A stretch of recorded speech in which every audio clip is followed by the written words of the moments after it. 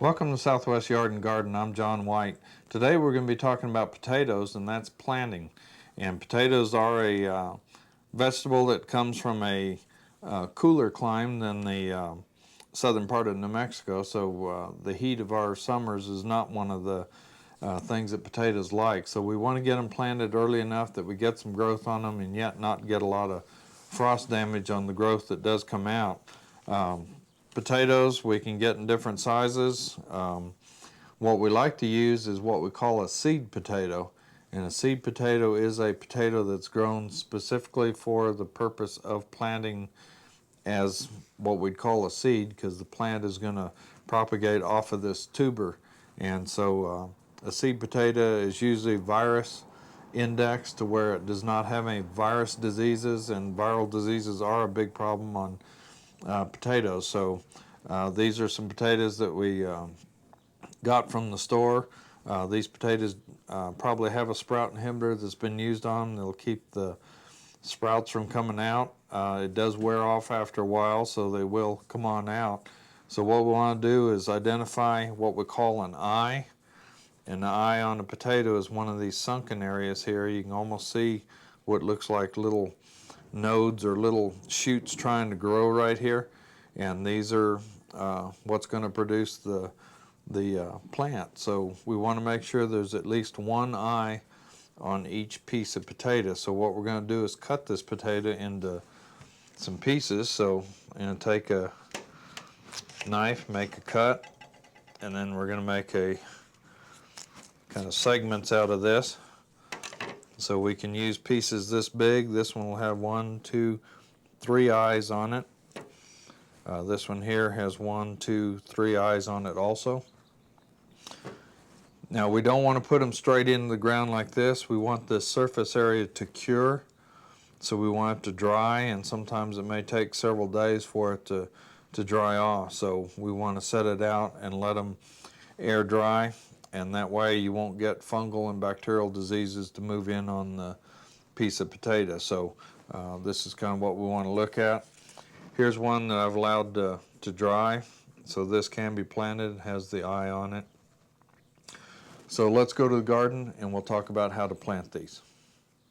Okay, one thing that's real important with planting potatoes is we want to have a good porous soil. So we need to have the soil where it's real loose and stays very loose, because we want those tubers to grow and enlarge in size. So it is important to have that ground very well loosened up.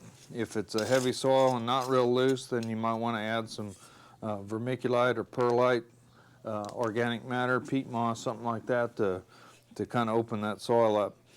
Now the potato piece itself, we'd like to plant somewhere about 4 times the size of the potato. So this piece here we'll want to go probably somewhere around 3 to 4 inches deep. So we're going to dig down in here.